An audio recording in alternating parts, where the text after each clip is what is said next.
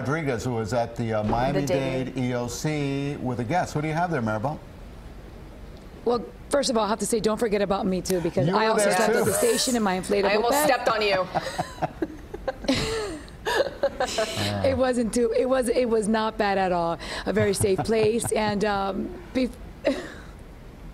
it was nice. Anyway, but we're back on. I've been up since midnight. We were actually driving around when it was safe and assessing some of the damage around our area, around Doral, around Coral Gables, just around Southwest Miami-Dade.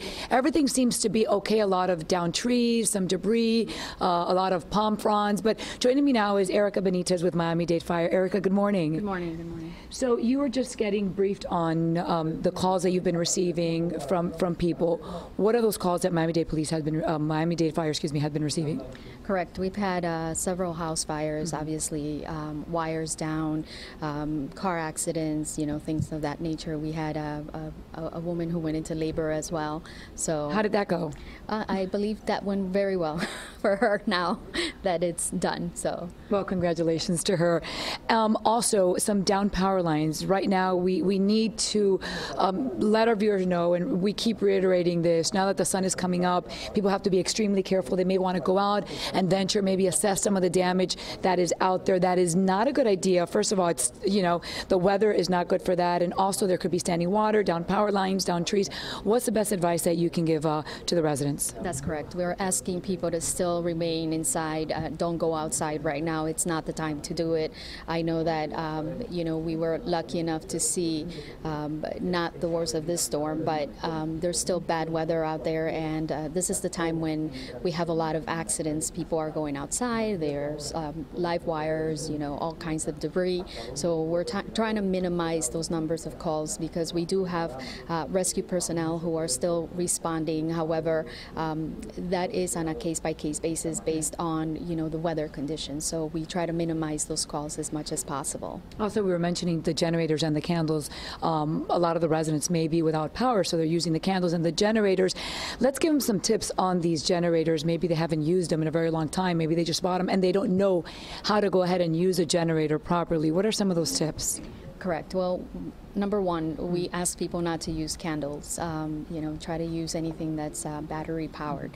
The other thing is, if you're going to use a generator, always use generators outside. We hope that people can do it within 20 feet away from the structure, away from open windows, open doors, obviously to prevent any type of carbon monoxide poisoning. And also remember your neighbor. So you want it away from you, and you want it away from your neighbor.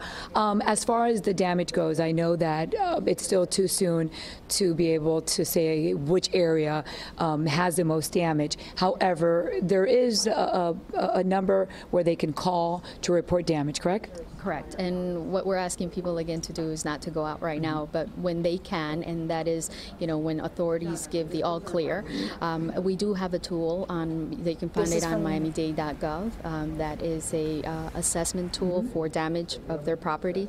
So you can go on Miami-Dade.gov and find that information. Excellent. You guys have been doing an amazing job. They have been here around the clock on lockdown, keeping a very close eye on Hurricane Irma, taking all types of phone calls, the 311 hotline here for Miami-Dade County. The mayor is actually going to be here later this morning to get briefed on what's been going on, correct? That's correct, right.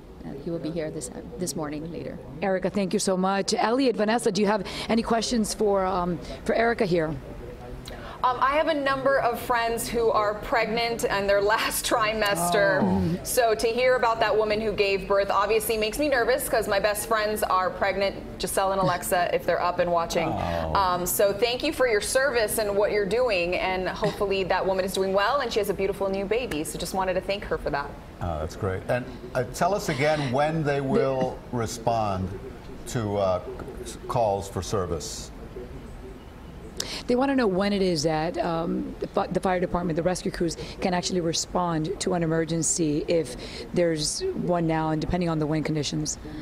Right, like I said, we're still responding, as well as the police department is still responding. However, that is on a case-by-case basis. If the winds are too strong and we assess that we cannot get to our destination, then we will not be able to respond. And that's why it's so important that people stay indoors and to try to minimize those calls.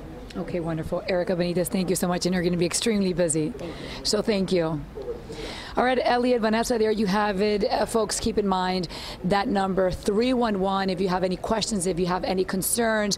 Also their website if you need to report any type of damage. But we can tell you for the past few hours, Ralph Murciano, our photographer, myself, we've been driving around certain areas in southwest Miami-Dade. And I can tell you, thankfully, as of now, we have not seen any major damage. We did see a massive tree blocking Granada there in Coral Gables. We saw, again, debris in the street.